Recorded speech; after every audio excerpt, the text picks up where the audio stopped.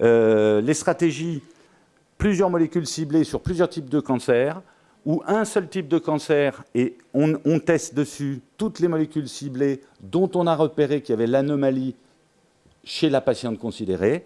Ça, c'est vous le voyez ici, les approches de Saphir. Ou au contraire, une seule molécule ciblée, c'est l'approche de Accès, sur plusieurs cancers différents. Et ça, c'est, comme son nom l'indique, c'est prendre des molécules qui ont déjà une AMM dans une indication, et la tentation du clinicien bien normal est de vouloir traiter des patients dans d'autres pathologies, d'autres cancers, lorsqu'il y a la même anomalie moléculaire, en se disant, de toute façon, c'est une personne en échec thérapeutique, donc on peut espérer qu'il se passe quelque chose. Eh bien là, Accès, c'est le faire, mais dans un cadre réglementaire, dans un cadre d'essai clinique, de façon à récupérer les données de ces traitements, et non pas de le faire hors AMM, sans aucun recueil de données. Et ça encadre, sous la forme d'un essai clinique, ce genre d'approche. Alors, je ne sais pas où j'en suis, 13h07. Le Saphir 01, je vous l'ai dit, c'est l'identification des cibles et les caractéristiques tumorales à grande échelle sur beaucoup de patientes. Il fallait encore prouver que c'était faisable au niveau logistique et avec les outils. Ça a donné, c'était d'abord l'approche complètement différente. Avant, on caractérisait, on avait une patiente, on l'incluait dans un essai spécifique. Là, c'est l'inverse. On a une altération au niveau tumoral, une anomalie moléculaire, et en fonction de cette anomalie moléculaire, qu'on identifie par les techniques de séquençage non pas classiques mais actuelles, et on les dirige à ce moment-là dans un essai clinique, s'il y a un essai clinique sur le sol français dans lequel on peut diriger cette patiente.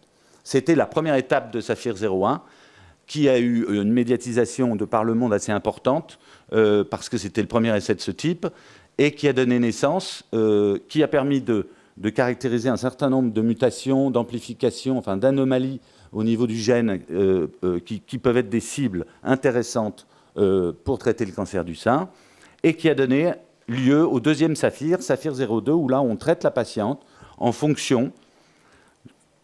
C'est dans une indication du cancer du sein, un type de patiente, c'est le sein métastatique et qui est HER2 négatif. Après traitement par chimiothérapie, si la patiente n'est pas en progression, s'il y a une présence d'une anomalie détectée par NGS ou CGH-Array, qui sont des mots barbares, mais c'est juste identifier les gènes et les anomalies. S'il y a la présence d'une anomalie, on randomise entre 8 à 10 thérapies ciblées en fonction de l'anomalie qu'on a trouvée, ou bien on continue avec un traitement standard. Et la question posée est une question qu'il faut se poser. Est-ce qu'il y a un intérêt à ces thérapies ciblées, et est-ce qu'il y a un intérêt pour les patientes à être traitées en fonction de cette anomalie qu'on a retrouvée? Voilà. Il y a un essai qui est twin, enfin un essai exactement le même dans le cancer du poumon métastatique, qui présente les caractéristiques ici, et qui est exactement le même design. Donc il y a poumon et sein, et ces essais sont en cours. Voilà, donc une tumeur, on étudie, on screen au niveau moléculaire toutes les anomalies du génome de la patiente considérée, de la tumeur considérée, et on identifie à l'aide d'algorithmes quelles sont ces anomalies qui ont un intérêt clinique, parce qu'au milieu de ces dizaines ou centaines d'anomalies, il y en a certaines qui n'ont aucun intérêt au niveau clinique, et d'autres oui, et il faut faire des algorithmes pour savoir lesquelles sont intéressantes et lesquelles il faut cibler avec justement ces thérapies ciblées.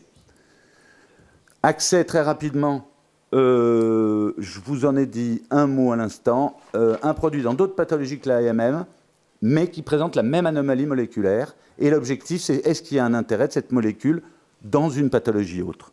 L'essai clinique est ouvert au niveau national, et c'est pour des patients en échec thérapeutique. Il y a plus de 200 centres au niveau de tous les établissements qui peuvent rentrer, qui veulent rentrer, peuvent rentrer, d'où le nom d'Accès.